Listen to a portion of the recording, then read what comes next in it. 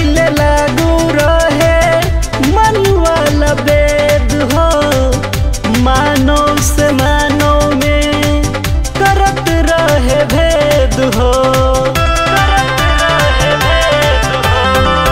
ओसे पहले लागू रहे मनुआल वेद हो, मानव से मानव में करत रहे भेद हो। जब अत्याचार होला यही से विचार होला, जब अत्याचार होला यही से विचार होला।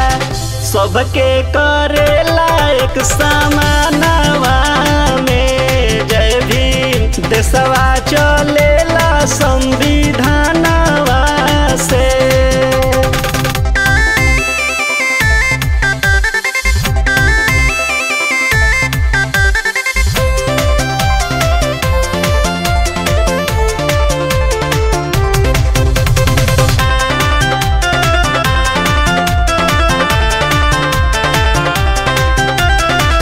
अपने ही देशवा में सहले अपमान हो, तब भीम जी सबका खातिर लिखले संविधान हो। अपने ही देशवा में सहले अपमान हो, तब भीम जी सबका खातिर लिखले संविधान हो। पनियो छुआत रहे प्यासे जान जात रहे, पनियो छुआत रहे प्यासे जान जात रहे। दिन भर मानवस कैसे मानवा के जय भीम, देशवा चलेला संविधानवा से।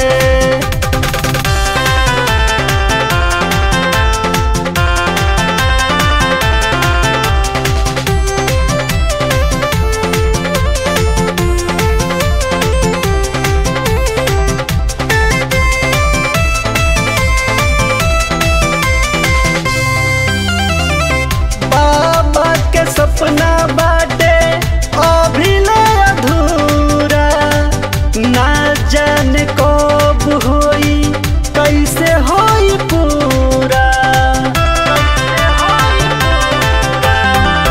बाबा के सपना बाटे अभिले अधूरा, ना जाने कब होई कैसे होई पूरा।